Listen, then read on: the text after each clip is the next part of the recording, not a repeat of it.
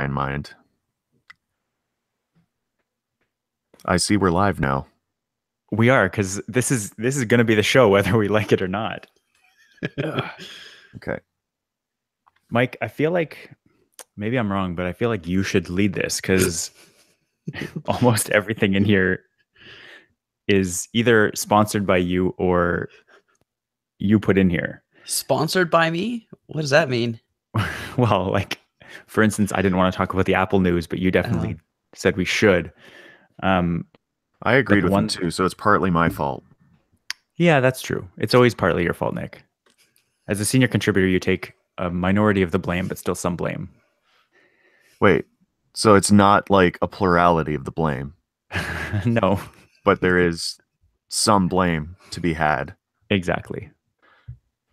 All right. I like this. So that being said, people who are watching the live stream will know that my desk setup, my recording setup is very different than it was last time we recorded. I have never recorded from this setup. I'm going to post a picture that I took right before we started recording of what my desk looks like, just for interest, because I'm a temporary podcaster at this point for the next couple months. So having said that's why I'm going to be looking. I actually might be looking more at the camera than I usually do on the video, but I'm also going to be looking down because my notes are on a laptop or my notes are on a tablet because my recording setup is a laptop and I don't want to be flipping back and forth. All that explanation to say, we do have some follow-up that I wanted to just briefly chat about. The last time we talked, it was the weekend of I guess Freedom Mobile started with they offered this major discount 10 gigabyte plan it was around $60. Maybe, I think eventually by the end of the weekend, it was $50 for 10 gigs. And the reason that they made it 50 was that all the major wireless competitors started matching their $60 offer for 10 gigabyte plans. And the only caveat of the plan was that if you were in a contract, you had to buy out of it. And, at the time, I thought to myself, I'm not going to do this plan. I'm not going to get suckered into this. It wasn't going to be for me, but for my wife, because she had just gotten on a new plan. And I just wanted to say, because at the time we didn't really know what impact this was going to have, but in the intervening month, we have discovered this has led, at least from my corner of the internet, this has led to a major kind of upheaval of understanding of wireless systems, and everyone was, first of all, very upset that this wasn't offered as a regular plan to customers, but also that people were either unhappy that they weren't able to get it through customer service on that weekend, and so they had to. I mean, some companies I think are still offering the plan as long as you made an attempt to contact customer service to try and get on the plan during that kind of 4-day weekend period, like Friday through Monday. I did manage to get on it through Fido for Julia's line. So that was very exciting for her because before her plan was $70 for 1 gigabyte a month. And now it's $60 for 10 gigabytes. It's not even what on earth did she get? What on earth did she get for 1 gigabyte and $70 a month? What do you mean? What did she get? Is that it? Like, is there nothing like how $70 is a lot for 1 gig? It was unlimited calling and texting and that whole situation, but that is the standard pricing model. Like, and then it goes up from there. Yeah, I think in current pricing, you just assume that it comes with effectively unlimited calls and texts. Yeah, like it's kind of an exception and kind of absurd to not. At this point, you're basically just pricing the data. Is that financing a phone at all? Yes. That was for $500 off a phone. Okay. That makes more sense. Yeah. That was the stipulation with these were all bring your own device plans where you had to either already have a phone or be off contract in order to sign up. And that was how they were able to offer such a different pricing structure. They're basically charging you, like, each month they're getting the money as opposed to taking a portion of that $70 1 gigabyte plan towards paying off the phone each month. It was just priced differently, but in the end, it works out way better for consumers if you have 10 times more data and get charged for the phone up front. And so in Julia's case, you did have to buy out of her existing contract, right? Yes.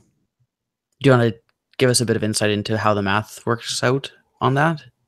I mean, high level, but the math requires you to want 10 gigabytes more than you want $10 a month, which I did. I was willing to make that trade-off.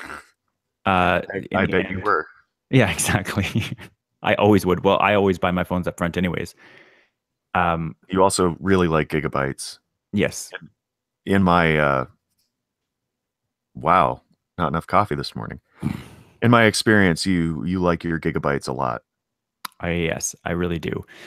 So in the end, it's going to work out to about, because she had literally in November, like it had been less than one full round of the 1 full month of the 24-month contract. We basically paid out almost the maximum early termination fee, but it ended up being about $200 or $300 cheaper than if we had just bought the phone, like because the store had given us some subsidies, like some extra subsidies. I learned some interesting things that I had kind of assumed when we bought Julia's original contract, in that basically, at least for Fido, and I'm sure it works the same way for other companies, they have an allotment every month of basically like extra money that they're allowed to give away to customers signing up for plans. And so we ended up getting about maybe $250 worth of kind of extra stuff. And so that basically worked out to taking that amount of money off the purchase price of the phone. This is $250 in discounts or in other compensation? So the phone still cost, I think, $469 on the contract, but it was a subsidy of, they're like $1,100 without, so it was about $700 off. Whereas normally it would be about $500 off, I think. And so they did throw in some accessories that were offered at a discount, but they also gave us money towards those things. Like there's a lot of, as it is with all kinds of sales tactics, there's all kinds of extras thrown in. So you can't really tease out all the things that you're paying for and all the things that are kind of included in the price. And it's all just, in the end, I think we ended up paying, on the day of, we ended up paying about $500. And that got us a case, a screen protector, a wireless charger, the phone, and then this $70 plan.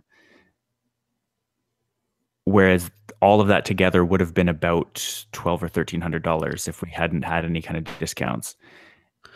And sorry, go ahead.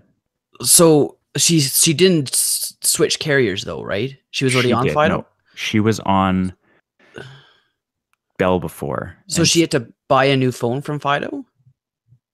She didn't have to technically, but but I signed up for, like, to get the device subsidy, she would have had to be buying a phone. But like the phone she had was a 5S. Oh, so she was due for an upgrade anyway. Yeah. Okay. She was long overdue for an upgrade. Her phone was like 5 years old. So I have a different perspective on this story if you're interested. Yeah. I am very interested. My sister is now working for a major telecom. Mm-hmm. And over Christmas, when I saw her, I looked at her and said, "Oh, hey, how is that, that 10 gigs for $60 deal? How did that go?" And her eyes just widened. She's like, "I don't want to talk about it. We're not talking about that day. That day was awful." Now, is she in customer service, like on the phone end or on the, the store? Well, I think it's a little bit of both. Okay. But like, apparently things got insane. Yeah. Like as I bet we all imagine, but apparently it was quite the day. So this deal was being offered in Ontario as well? Yeah. Oh, I thought it was just the Western provinces. I think we asked or mentioned that it was BC, Alberta, and Saskatchewan? I thought it was our Western privilege at work. Saskatchewan already had it. Right. I am beside myself. Saskatchewan still has it because they have SaskTel, which offers competitive prices. I believe at the time there were certain carriers, and I'm trying to remember back, but I remember seeing headlines that certain carriers were only offering it in Alberta and BC. But then once one of them started saying Ontario too, then all the other ones kind of piled on and said, okay, fine, Ontario too. Oh, okay. That makes sense. So Julia is now on a 10 gigabyte plan, and it's like, it was well worth the extra price for me. Like basically my Christmas present was that I did this as a secret because it was like December 20th or whatever that I actually signed up for it. So I was like, okay, here, like now you don't, because at 1 gigabyte, if you use data at all, if you don't like keep it off most of the time and just turn it on to use it, you could go through it pretty quickly. But with 10 gigabytes, there's a lot more freedom to kind of just leave data on. And if you're outside of Wi-Fi range, you're not really worried unless you're someone like me who uses like 30, just because I stream without any worry whatsoever. And I have been for years. It's a little different if you're just using 10 gigs for the first time ever. So offline, I made a comment about, in order to hit 10 or 15 gigs, you'd need to be be fairly frivolous with your data usage. And you didn't feel that what I consider frivolous is frivolous. Right. Now the example I used was letting apps update, download updates while on cellular. And for most people, they are able to wait until they're on Wi-Fi. And there's obviously settings within, I'm assuming, the App Store as well. Like I know the Play Store has it. I'm sure the App Store does as well. It does, yeah. To wait until you're on Wi-Fi to download updates. Now, for myself and yourself, like you said, like we don't really have to worry about that kind of thing. But for people on data plans, just like non-unlimited plans, you'd have to be aware of that and probably just leave that as, update when I'm on Wi-Fi. But with the 10 or 15 gigs, that's effectively unlimited. So they are able to turn that option on. But you don't feel that that's just being frivolous and saying, well, I have enough data, I'll just let that go? Or do you think that's actually like, oh, finally I can let my apps update? Well, from a certain perspective, it's frivolous. But in general, I don't think the ability to do that is frivolous, because what if you, like, for instance, when there was a conversion from people having landlines to people having cell phones and making the majority of their calls on a phone that was plugged into the wall versus a cell phone minutes were limited. So if you were at home, you would use your home phone. We are eventually going to get to a point where there are going, like I guarantee, there are going to be households that don't have like a line plugged into their house for internet. They're just going to be relying on cellular service. And at that point, you have to, like, if you have to update apps, you do it wherever you are. It doesn't matter anymore. You kind of lose that tether.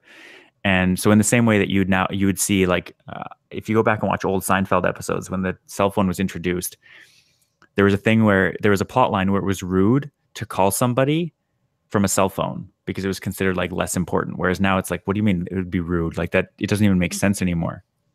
I feel like over time, there are still going to be uses. Like if you own a business or something, or if you want to have a desktop computer that's like situated somewhere that you can get work done, you're still going to have a use for having home internet connection. But I think in general, it's going to be kind of like having a landline phone, in that you're going to be relying on cellular service. So it needs to be fully unlimited. Like you're going to need to be able to do everything from your cell phone. If that means updating apps, if that means, like, say you're happen to be out at, I don't know, some establishment and a new album drops and you want to listen to it right now, and you go to your Spotify or whatever it is and hit play and realize, oh no, I'm on cellular, I have to wait until I get home to play this. But you're like, oh, I really want to play it with my friends. Like, we're in that situation. We're in the future. Why don't you just talk to your friends?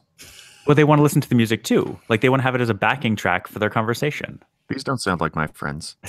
If you had a group of people and say, I don't know, a new Weezer album comes out, aren't you going to want to listen to it with them? No. So, Rob, the situation you're painting, I don't feel that that's the same type of frivolousness as letting an app update, because I think that is a case where you'd be benefited by having that amount of data to do that. I think we're searching for the word frivolity here. Frivolity. Is frivolousness not a word? I mean, technically it would be. Why You're is just adding suffixes to an existing word. It's still a word. I think you mean Suffices. So, Rob, to your point about not having home internet, I think that's actually pretty interesting because I had looked into Fido's offering of their home internet service, and is basically you're tethering to a base station that's connected to the Fido network. Yeah. My recollection of what it is. Like it's not a hardwired broadband internet. It's basically a LTE base station. A hotspot, yeah. Yeah, like a hotspot that you then, use as an access point for whatever wireless devices. Mm-hmm. So if you're wanting to kind of like hardwire something, you could still do that. Like I presume the base station has maybe an Ethernet port. So I just don't know if the bandwidth or network quality is on par with what you'd get from an ISP, like a home internet service. Mm-hmm. But I can only assume that we'll get to that point eventually. And I actually do hope that we'll be able to have all of our internet service through one provider, whether it be a home internet ISP or a cell carrier. Like I guess Shaw is kind of moving that way with, now they have Freedom as, in their portfolio. So they seem to kind of be seeing that same future where people are going to get their services from one provider. And with Fido getting into the home internet service and marketing it as home internet, they're going the same way. So, and while TELUS obviously has both mobile and home, Bell mobile and home, like they effectively already offer it. It's just different means. So I don't know. I don't know how much you'd have to build up your cellular networks to support both home and cellular internet. Well, so from my perspective, if you think of the transition between 3G and LTE and hearing talks about 5G internet, which is already being tested, if assuming that leap is at least the same as from 3G to 4G or better, I don't think that's totally unreasonable, because something that is like a network application that seems almost impossibly slow or bad on 3G was amazing on LTE. And I can only imagine that something like having this kind of like doing a podcast, for instance, a multi-end podcast on a 5G network would be like having a phone call on a LTE network, like over VoIP. And it's just totally reasonable to do that. Like the only thing that we get in the way is interference from your environment. Sorry, real-time follow-up? Suffixes is the plural, although Suffices appears occasionally, but not the standard plural. So as I wrote that word down, I realized it's spelled the same as Suffices, which is probably why it's not used that much. I could see that, yeah. But I mean, there's tear and tear too. Oh, I know. Not to say that it could not be used, but it only works in spoken aloud, because I think you mean Suffices looks like Suffices. Maybe we could or should say that Suffixes suffices. Because then that looks funny on paper. We could definitely do that. So in the same vein, apparently frivolity and frivolousness have actually two different meanings. Oh, really? Ooh. So frivolity means silliness, lightheartedness, or a frivolous thing. Yeah. Frivolous means the quality of being unworthy of serious attention. Wait, frivolous or frivolousness? Frivolousness. What source is that? It was like grammar.com or something. I just Googled it. The fact that you said or something makes me think that you just made that up.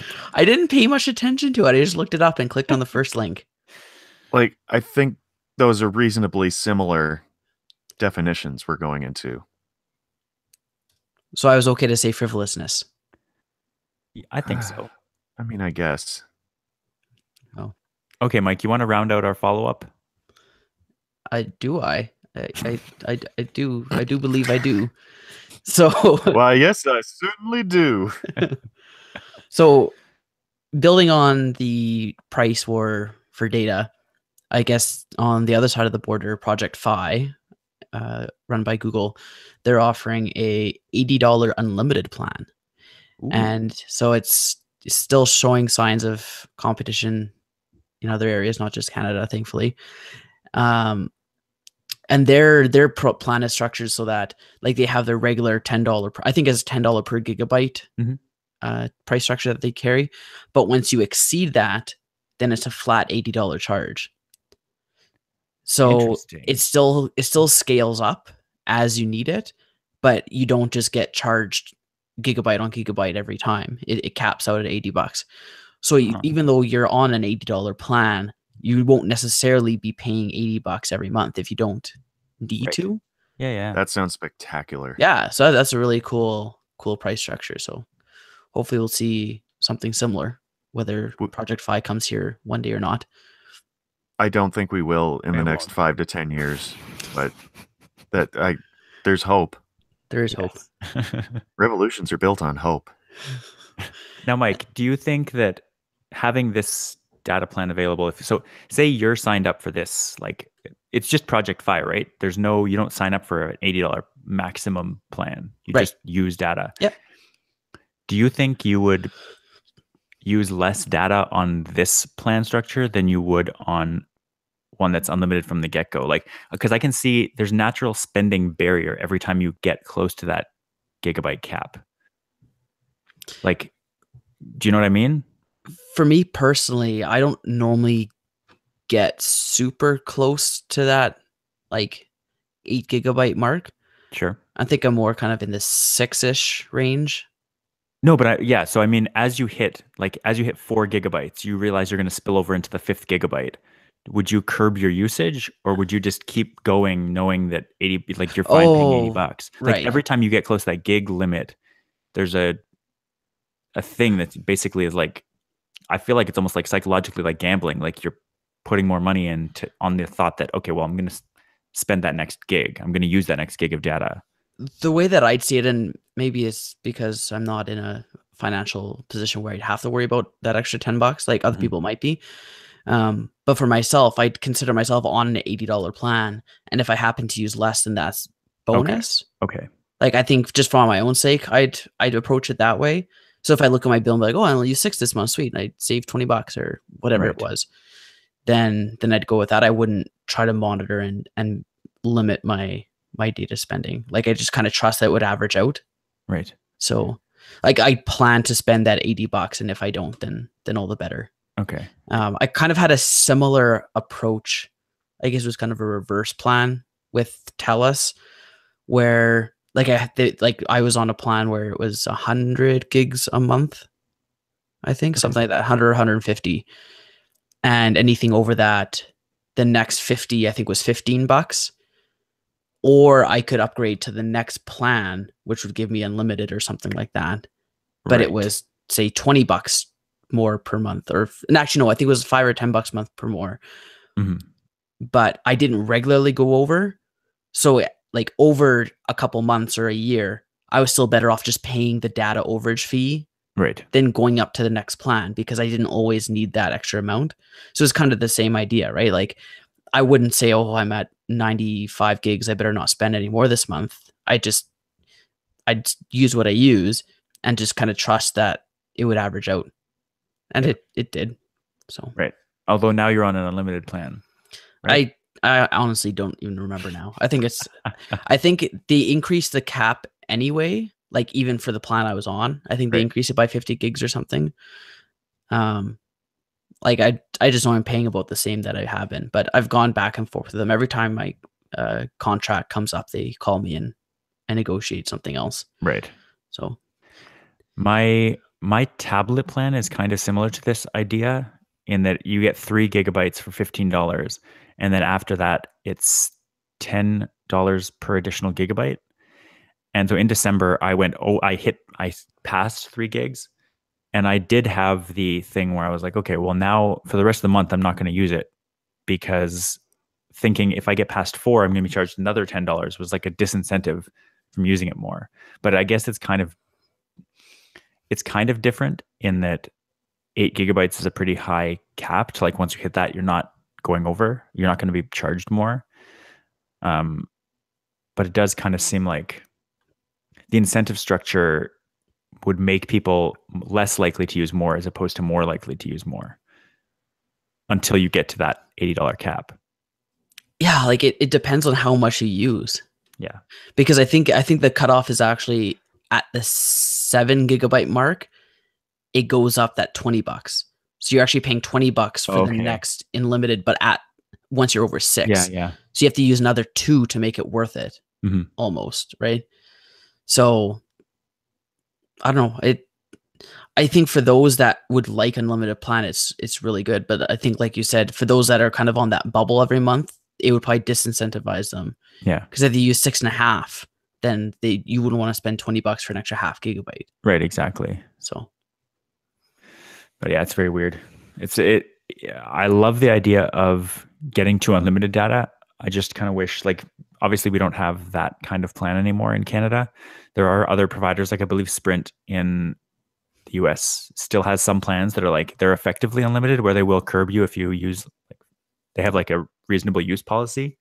T-Mobile as well, I believe. Them unlimited. I think T-Mobile has a unlimited type plan as well. Okay. And just to finish off this, like the 10 to 15 gigabyte plans, those are for most people unlimited. Like, right. Yeah. If unless you're streaming video and audio regularly, like daily, you're not going to get anywhere close to that. So I think it's good that people, and I've seen a lot of comments from people that were on similar, $70 for 1 gigabyte plans. And now they're paying 60 for 10. Like that's life changing. Yeah, exactly. Like, like a lot, and especially like data overage fees were quite crippling for people. Like people would pay $200 a month. Oh yeah, definitely. Because of the data overages. So it's like, well, this is really good for them.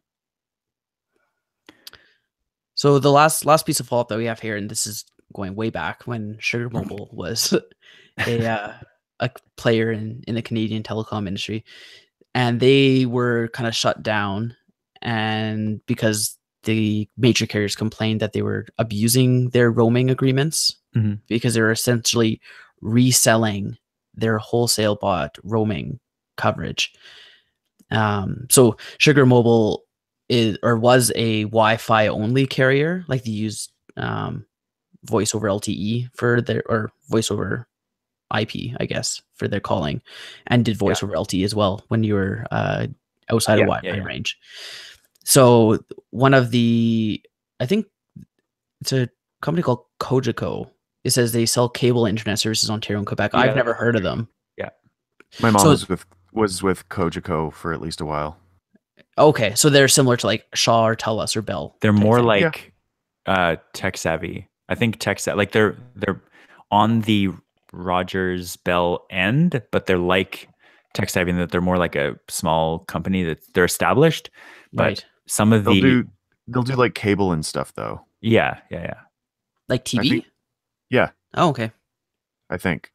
Yeah. Some of the cities in Southern Ontario, like actual Southern Ontario, if you sign up for Tech Savvy, it is going through Cogeco instead of the typical Rogers like it is in Ottawa. So Cogeco has their own infrastructure as well? Yeah. Okay. Yeah. What's actual Southern Ontario, Rob? I'm curious. Like below, let's say below Belleville. Just for example. I have no idea. Don't ask me. I'm not the right person.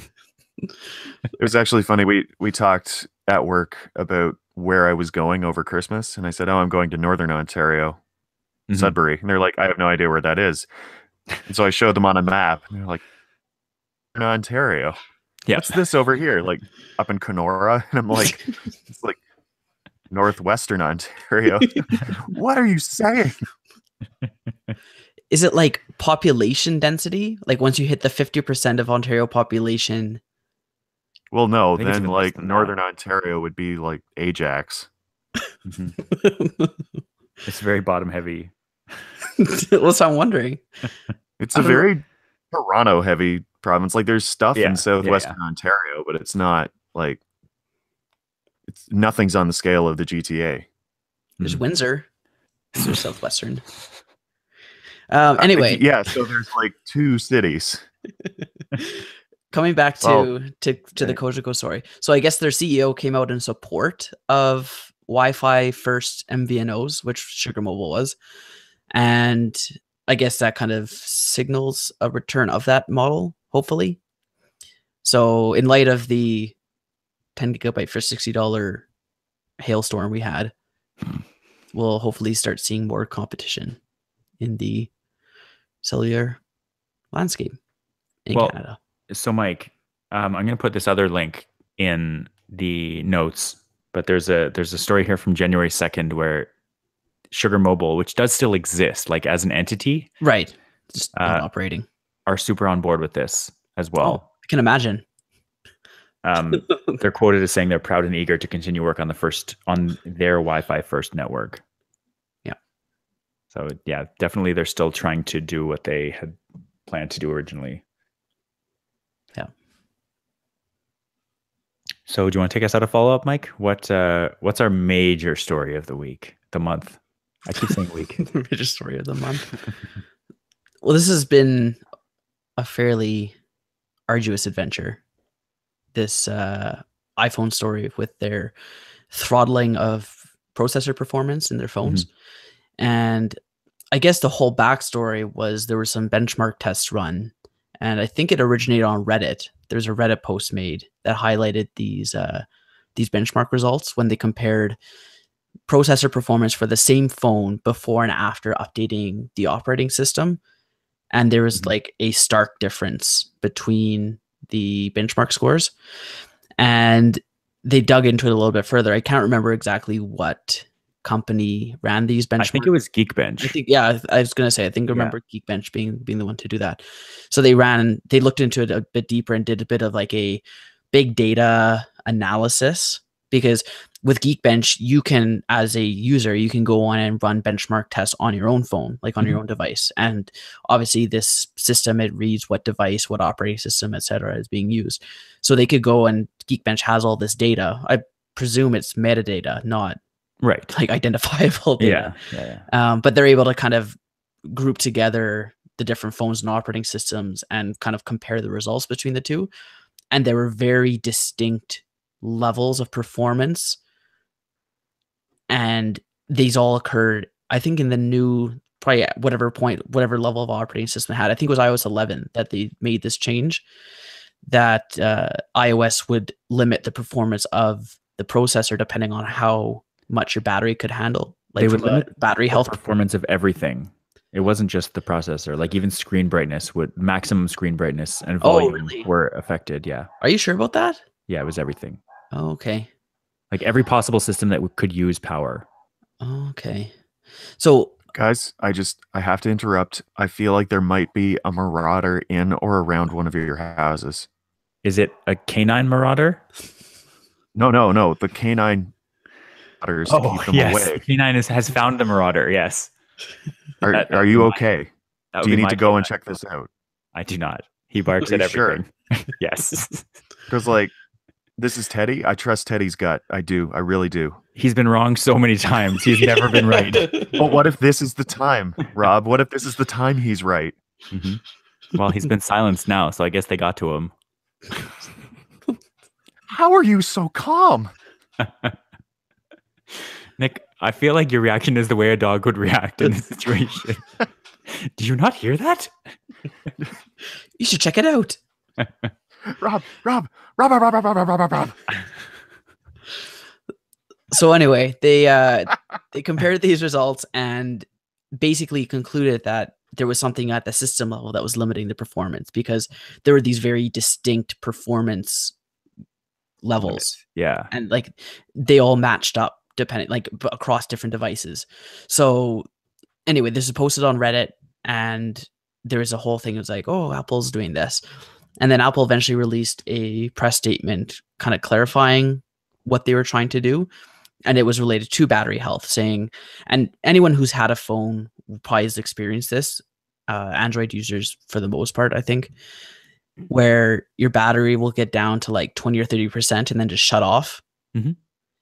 I mean, that happens to my phone still. It happened yesterday. as Nick can attest to. So that's caused by just the battery, even though it says it's however full, it just doesn't have the same sort of output. I don't know if it's whether amperage or voltage. Yeah. Because a lot of the components of the phone have a certain minimum operating voltage. But if the battery, as the battery health degrades, its maximum voltage output degrades as well. So that's where the shutting off happens. It's like, I don't have enough power to run this device anymore. Mm-hmm. So Apple built in a system into the newest operating system, which limits the performance so that you don't get that immediate shutting off of your phone, mm-hmm.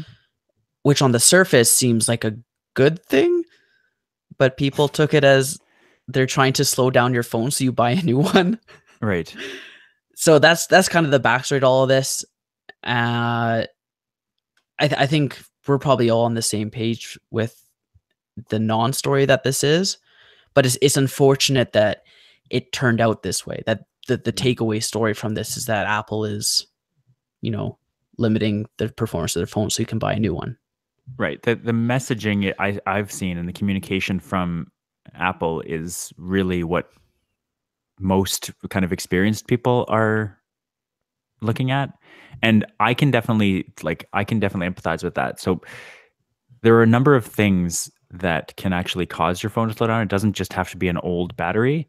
It is just anything that happens that causes voltage spikes will now cause your phone to slow down. So I have noticed this on my relatively new, because I got a refurbished iPhone SE 2 or 3 months ago. If I'm playing Pokemon for a long time and my battery drops below around 40 or 50%, like if it starts to get not low, but relatively low, and it is hot because I'm playing Pokemon Go for a couple of hours with the screen on and all this, like if I'm using the battery very heavily and it starts to get hot, anything that will affect the battery performance will cause it to just go into this super slow mode. And like everything is super glitchy and animations lag and all this. And it's almost like I never really noticed that before. And so I was attributing it to the app, like the game Pokemon Go, just getting slower if I was in a network congested region or something, which has happened before. But having this explanation now, it's like, oh, now I literally know what I can do to stop this. So if I'm ever playing and this happens, and I'm like, it usually happens on the bus where I'm like playing hard for a long period of time, I will just plug my phone into my battery pack and it's instantly fixed. Like it instantly goes back to the way I would expect. Everything's running smoothly. The phone's still hot, but now that it has that source of power, it's no longer like turning down performance. Okay, I have a question for you guys because I heard something and I don't actually know enough about cell phones and tech to actually give it a good sniff test. So the whole like Apple slows down the phone because reasons it's getting old, whatever. Mm-hmm. Like that I'm fine with. But I heard someone say that Android doesn't do that, but as a consequence, they said it burns out the battery faster. And yes. I mean, I can absolutely say that my old Android phones suddenly just start, the battery life just becomes abysmal, and then I have to get a new phone. Yeah. Does that check out? Is that in keeping with what we've learned this past couple weeks? Yeah, I think, I don't know if it's direct, like, I don't know that there's a direct line in the same way, just because the architectures and the kind of performance trade-offs are different between Android and iOS, but it certainly seems like a reasonable explanation for it. Okay. Yeah. The other thing to keep in mind, and it came out when people were playing Pokemon Go on their Android phones, is it would heat up the phone to a point where the processor does actually start throttling it itself as well, because it doesn't want to get above a certain temperature. And if it does, it will start taking measures to not increase any further. And that entails reducing the performance. So that's kind of a separate but related thing. Apple's thing is more of a like coded software. Well, yeah, almost beyond, like they want to have it so that it doesn't get to the point where the processor has to actually like throttle itself. It's like, okay, we're getting to a point now where we're needing to kind of scale back the amount of stuff that we're doing. It's a higher level throttling. It's not the processor level. It's at the operating system level. Yeah. And like, yeah, Android phones, they'll just shut off at 40%, 50%, whatever point their minimum voltage or their maximum voltage is below what the processor and the screen and all the other components require to run.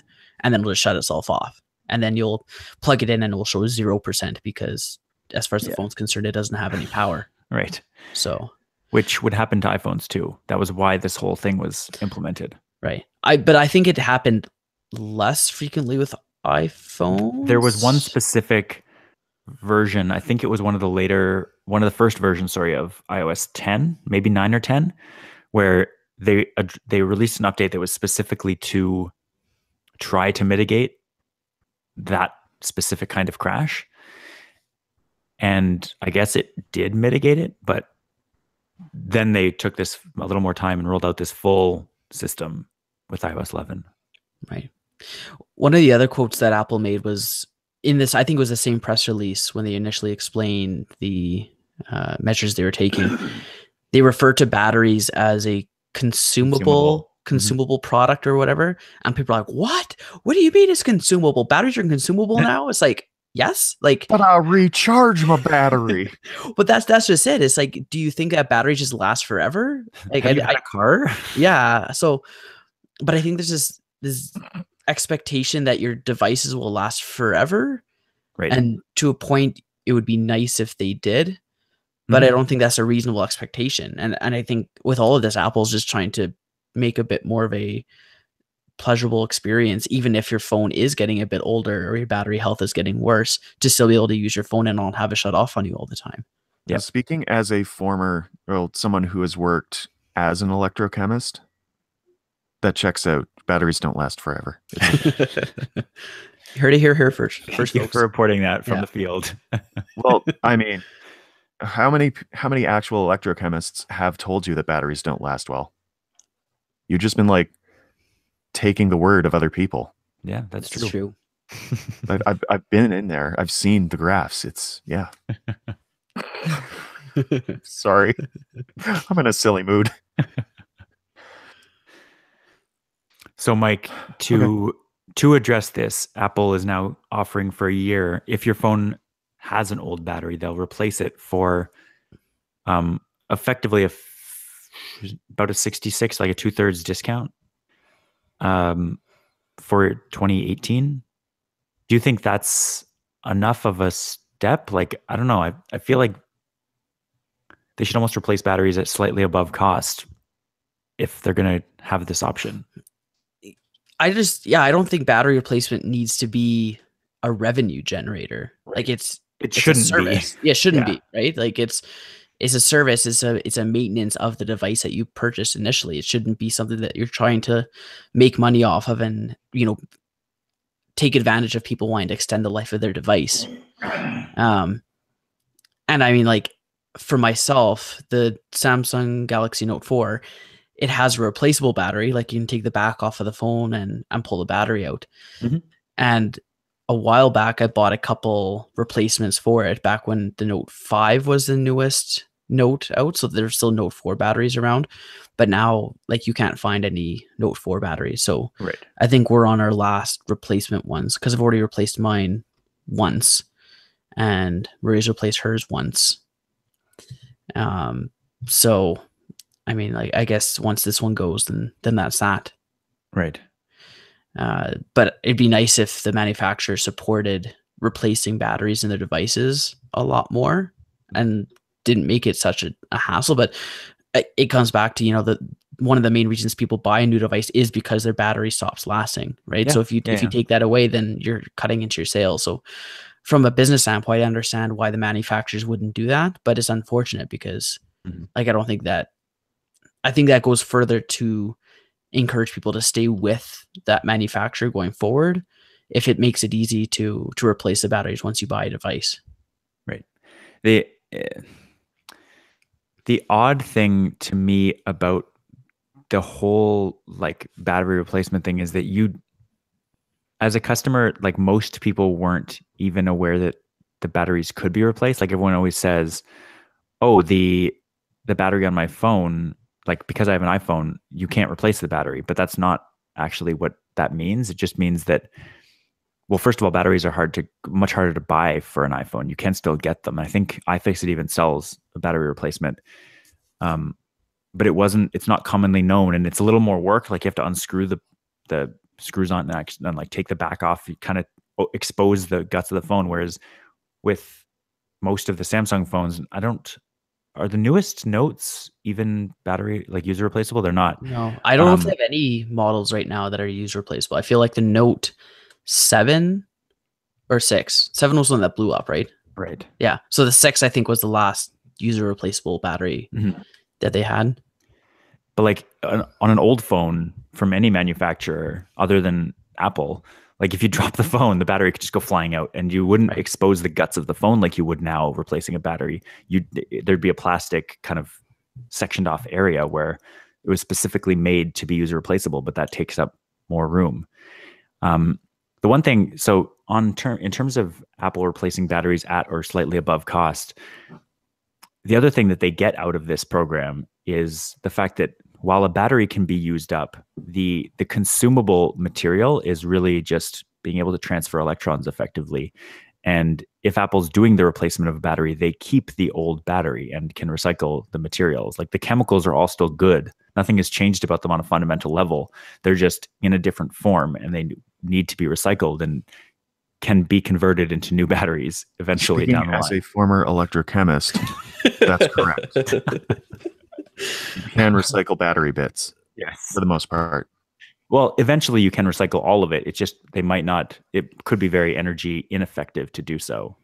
Well, I think the electrolyte could degrade depending on the battery. But right. But that's not the raw material. That's not the expensive part of the battery. It's like the actual lithium. I don't know enough about it to say anything conclusively on that front. As an electrochemist, we don't really know at this point. No. Damn it, Rob. I was an electrochemist, not an economist. I know. That was unfair. Thank you. So, Mike, anything else on batteries and performance and Apple? I feel like Apple's handled this as well as they could have. There are people that feel differently. I know. Yes. Well, I'm like Marco Arment, like he's in full support and understanding of what Apple's doing, but he feels that this is going to resonate through the public for, like he says, the next decade. I don't know how true or accurate that is. I think people are gonna forget about this pretty quickly. Mm-hmm. That being said, with the whole Note 7 thing, like people still make jokes about that whenever they hear about Samsung. It's like, oh, it's gonna explode. Like although like when he says resonate, I do think that people will, knowing this now, make the choice to replace their battery instead of buying a new phone more than they would have otherwise. Like it's put in the public consciousness that if you replace your battery instead of buying a new phone, you'll still get your same performance that you remember back. I think that will be a long-term impact of this, is people realizing, oh, if I just replace the battery, it'll be like having a new phone again because that was a consumable that I exhausted. But they're not going to replace it themselves. They'll have to take it to a shop. Yeah. Or to a third party. Whatever it is, yeah. Right. Maybe. I just think as far as the negative exposure that Apple might have got from this, like the people that are going to take this negatively already thought badly of Apple. Sure. Right. Yeah. So I don't think they're changing any minds. They're like, oh, maybe Apple is bad. It's like, see, Apple is evil. And it's like, well, you weren't going to, you thought this already. So. Right. When I say changing minds, I mean like even Samsung phone owners might go, oh, my phone's getting slow. Maybe I should replace the battery. Like they'll think of that instead of being like, I'm going to buy a new phone. The only reason they would buy a new phone now is if it had a feature that they really wanted that their current phone didn't have, or if their phone was up, like their contract was up for renewal and they were going to get a cheap new phone. Right. Maybe. And I think that's good. Like people should be aware that that's an option. Mm-hmm. Exactly. Yeah. I think it's, if anything, from a communication standpoint, that's all they could have done better is message this. But again, they're still beholden to their stockholders. And the only reason the stock is staying where it is that people think they're going to sell 75, 80 million phones every quarter. It's just like it's a ridiculous standard to hold someone to, a company to. Yeah.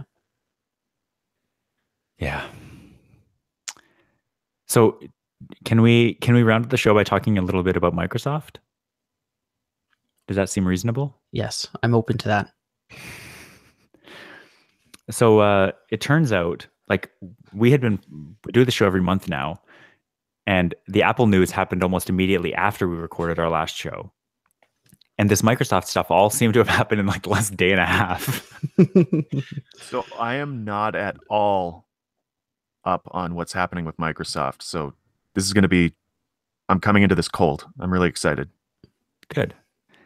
So for a bit of context, I am subscribed to Office 365, which is, I'm on the home plan, which is it's $10 plus tax a month. And that gets you Office apps, like all of their suite of apps, for up to 5 different users. And each of those users gets 1 terabyte of storage with OneDrive, their storage provider. And as such, as a subscriber to that program, I'm kind of in tune with all the Windows updates and Microsoft updates that come to Office. And a lot of things happened in the last few days that related to Microsoft that make me kind of intrigued and excited. And so the one thing that came across my desk, it was either yesterday, no, it was the day before, it was Friday, is the fact that with the latest round of updates, specifically a new, I guess, kind of major in quotes version of Microsoft Office for Mac, now brings that the Mac side of things to the same. The official word is code base, but this, like, it's now the same app running on Mac and Windows and iPhone and Android. So they're basically developing one version of the applications and then kind of compiling them for the different operating systems, which means that any new features that come to Office for Windows will now automatically get to the Mac and mobile operating systems without any additional work. And I'm super duper excited for that, because I have always thought that the mobile versions and the Mac version specifically has always been, or at least for a really long time, has been very behind feature wise. And I'm looking forward to being able to, especially because I use this a lot at work. I'm looking forward to being able to open the documents and have kind of the full ability to make all the modifications and be able to view all the things that I would view anywhere, as opposed to being handcuffed or limited in a lot of ways by either mobile apps or by like Office for Mac being like a year or two behind on features. I don't have much to say other than that, but I'm very excited to hear. And being kind of a small D developer now, that I know how much of a big endeavor that was to get everything on the same code base.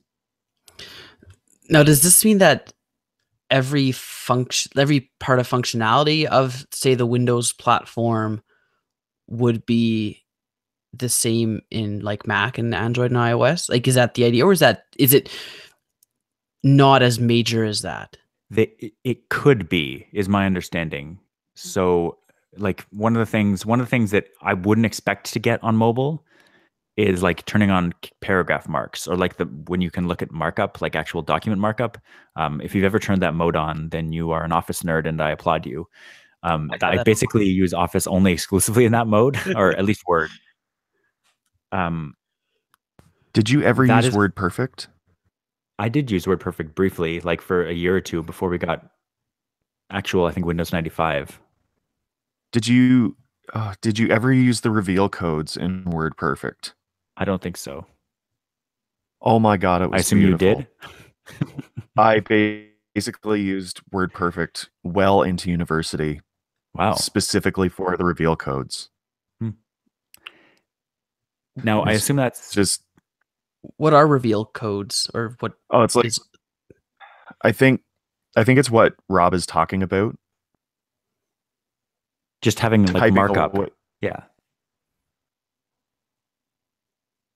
Bottom like third quarter of the screen, you'd see like little symbols for where start, or Right. you see a Yeah. special symbol for the spaces, and it was really, really transparent and easy to make it exactly the way you wanted. Mhm. And Yeah. I've never Yeah. No, found that's Office to have codes that good, but They are wow. not that good. There's nothing like for italics, but the paragraph, the space, like new line, yeah, all the kind of extra characters have symbols for them, like spaces and paragraphs. Okay. yeah. I'm similar with editing web pages. Like I like in WordPress, for example, I prefer to edit in code than in visual mode, Right. where it acts more like a word processor in visual mode and code in code mode. Mhm. But because sometimes, especially like just HTML formatting, is really silly where you will highlight and bold it, but not all of it gets bolded, and you're like, why isn't it all bolding? So then you go to the code, and there's like an extra, bold HTML tag kicking Mhm. around somewhere. Yep. So when you just stick to the HTML, then you can edit it a lot more, and enter in consistent spacing and all that kind of stuff. So yeah, I turned that on for Microsoft Word for the same reason. I think I'd started using it in WordPress first, like editing in HTML. I'm Right. like, well, that's actually very useful. So then I switched to Word, and because it's the same kind of thing. You'll try to move like a paragraph up, but it's not moving. But then when you go to the paragraph markers or whatever on, that you can see that there's some other extra little thing in it that you have to kind of delete out first before being able to format it the way you want it to. So, Mhm. but you're saying that you wouldn't expect that to show up in the Android version? I'm saying that that functionality is built into the application on iOS and Android, but I wouldn't expect the interface to surface that functionality. I wouldn't expect there to be a button because it's turned off, but it's there still Why would it be turned off though? That's what I'm asking. because it's a feature that you wouldn't need, or unless you're like a very niche user, you wouldn't use on mobile. Like I think they would stick to the basic editing functions, being able to type and format and all that. But again, I haven't used like for instance, it might exist on the iPad version, but the iPhone version, like they're trying to compress controls down to keep it as simple as possible as well. Like that Right. does have to be a consideration. And I just think that in terms of realistic trade-offs, that would be one that would be most likely to not be included in the mobile version, like turned off, invisible, but it's still there because it is the same code base. Right. The thing that I was wondering about was macros, if that Right. functionality would carry over again into mobile, and maybe not. Like I think you'd need like a Visual Basic for iOS, basic. Right. Like in the same way that once you go into the developer tab, you can click Visual Basic and run it on any document. Like you'd need a Visual Basic app that would tie into OneDrive and be able to open apps and run an application. Like it would all have to be rethought, Right. and it wouldn't work in like the Word app. You wouldn't be able to do that. Or it could recompile it for Android or iOS.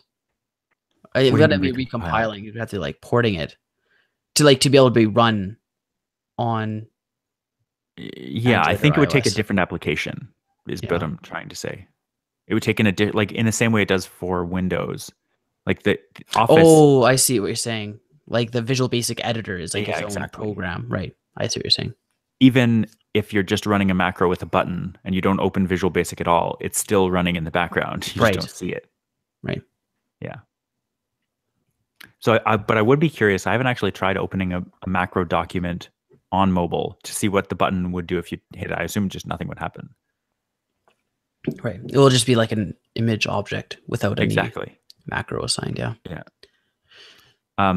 So yeah, I thought that was very interesting from a programming perspective. But the other thing that came up when I updated to these new Office versions is that at least on Office or Mac, there was a little pop-up that said like, "What's new?" and showed a list of some of the things. And one of the things that came up was the fact that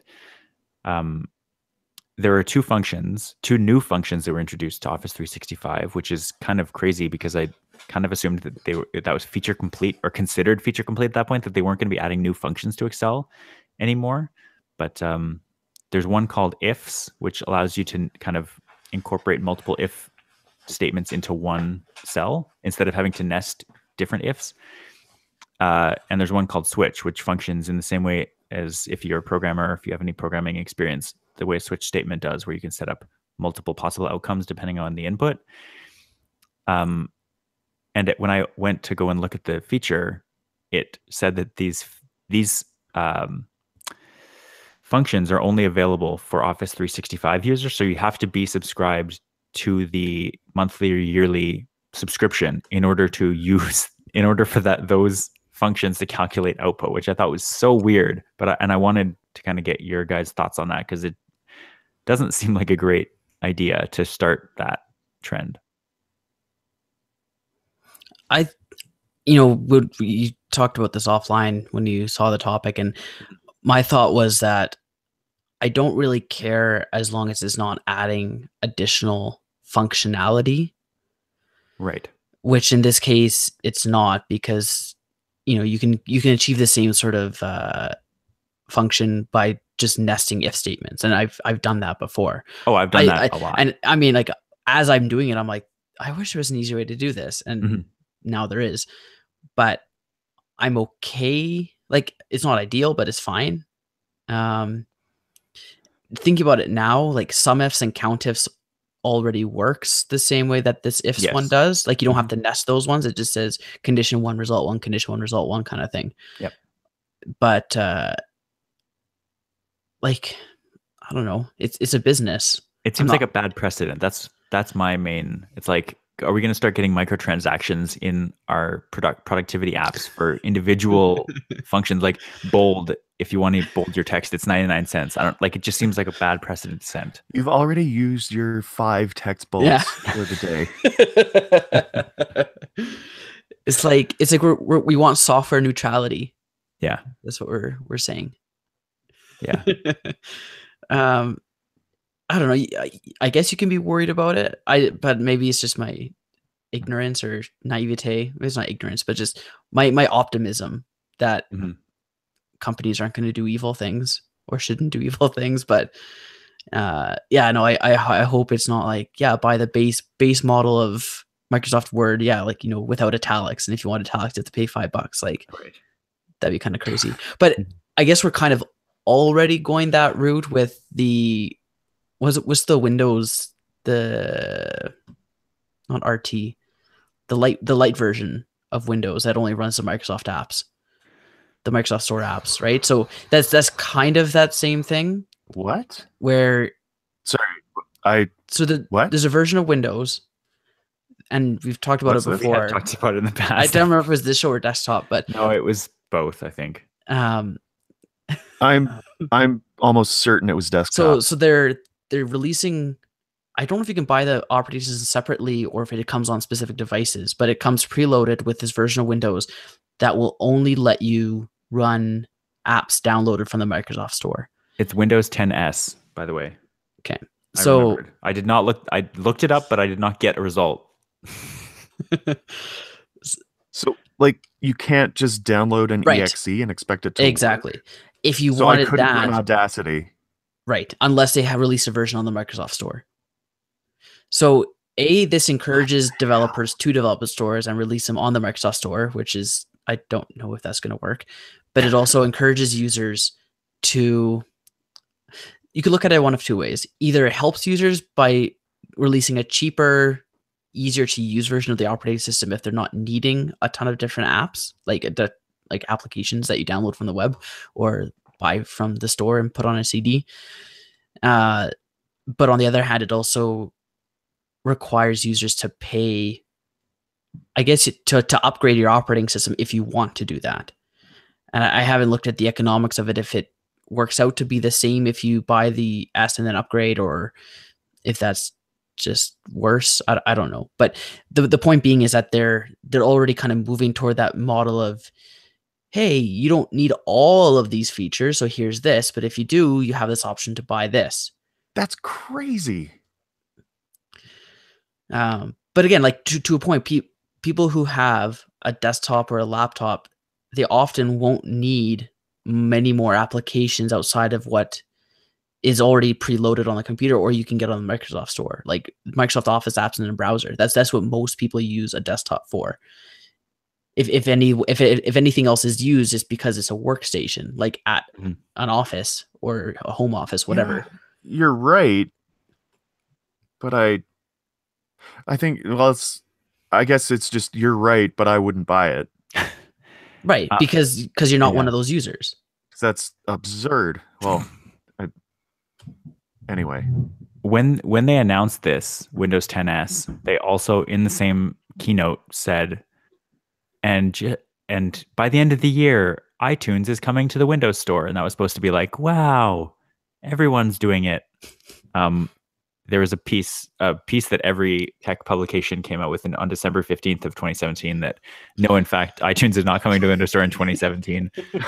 It's now mid-January. It's still not here. So I don't know if that's still happening or if they've canceled that. But it is kind of funny that iTunes was going to be one of the big things. It's like Windows 10s can only run things that come from our store, but this big thing that everyone wants is coming to our store, and it hasn't yet. It's more humorous than meaningful, but I do find it kind of funny. Wow. So, Nick, what do you think this signals the beginning of microtransactions and I don't know. paywalls? I feel like just in general, companies are trying to tend more and more towards microtransactions just because it's a great way to make money. And it's just like, it's not just this, it's kind of everywhere. Mm-hmm. And it's just, they're pushing further and further to see what they can get away with. And I hope there's enough backlash to stop it, because like, why do you have to pay money when you've already bought the product? I don't know. I don't like the model. Unless it's like Pokemon Go, in which case they give it away for free and they're like, yeah, you can play for free. But also, exactly, you could buy this other stuff. And it's like, yeah, okay, that's fair. Yeah. On the note of like functions being behind paywalls, there's nothing stopping someone from either writing their own or getting like a posted function code or whatever and just using that achieves the same thing. Yeah. You know what I mean? Like you can write the same sort of functionality with the ifs statement in Visual Basic and use that if you really wanted that functionality. But I think anyone who's going to be using the ifs statement would have already been used to just nesting the if conditionals already. You say that, but on a generational level, if someone comes into the ecosystem and has the ifs available, they're never going to nest if. Sure, if they started with that, yeah. Right. It's like nobody's ever going to need Microsoft Word. I already use Word Perfect. It's like, well, you kind of missed the boat on that one then. Yeah, I don't know. I don't love it, but as a subscriber, I'm not even sure I'm going to be able to use it because like I said, most of my stuff that I use this for is at work, and at work we're not on Office 365. Right. Although I did hear that we might be moving to it, which would be really cool. How would that work though? If you write something or make a spreadsheet in 365 and someone not on 365 tries to use it, I'm going to have to try, I guess. They're just not going to work. And it's like, oh, this uses features not compatible with this version of Excel. Yeah. It's not a great use case. I'm actually going to try that. I'm going to make a function and then send it to work and see if it opens. I'm sure it'll open, but see how it actually. Yeah. Well, I've seen the compatibility warning before, and I think it can do some level of converting, but I don't know if it would convert the ifs into a nested. Yeah. That would be so funny. That would not work. I think that would break almost immediately, but I'm curious to see how they would try. Yeah. So we're at an if point ourselves here.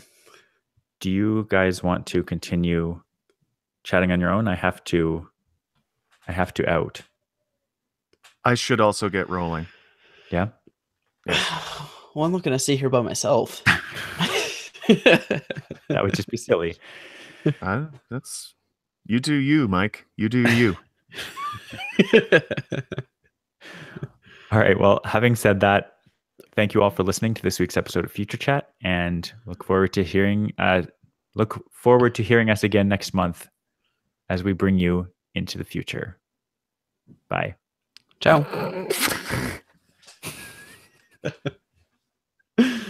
Best exit ever. It's beautiful. Beautiful. And we still have 3 minutes to spare where we can talk about community day. Because I want to know if Nick got a shiny. Would you be shocked to know that I was looking through my Pokemon list while you were talking? I would not. I do have a shiny Pikachu. Does it Oh, have nice. The Go Plus caught it at some point Wow. because I did not intentionally catch it. I didn't know you were a collector, Nick. Apparently I did. Not knowingly, but I'm much more excited about the 2320 Kyogre. No kidding. Or Kyogre. Is that 100? No, 2328's 100. And Okay. I think I looked up a chart and I think this one's 14, 15, 15. Okay. But because it doesn't have the perfect attack stat, it Useless. chops off it. Yeah, basically, literally unplayable with this Kyogre. Yes. No, it hacks off like what is it? The 8 CP from the top at level 20. But it's surprising calculation works that way because like I have 2 Dragonites. I believe they're both level 30. Could be wrong, but my 15, 15, 14 is 30, 62. And Right. my 14, 15, 14 is 3,000 even. Huh. Which surprising difference. Yeah. The attack thing is weird because I have I have a better IV overall. I forget what it was, but that has a lower overall CP just because its attack stat is quite a bit, like a couple notches lower. Yep. It's kind of annoying. Yep. I think it's Golem. Yeah, it's Golem. Okay. Yeah. Nick, did you reach level 38 yet?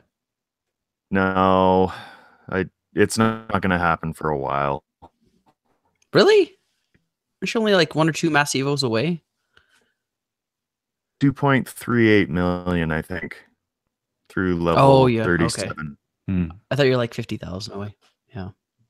Nope, not quite. I was in a I was in a race to 38 with That's you. someone, and she got to level 38 yesterday, and then I got to 38 2 hours later. So you still lost. I still lost, but it was close. All right, cool. Well, in that case, goodbye, broadcast.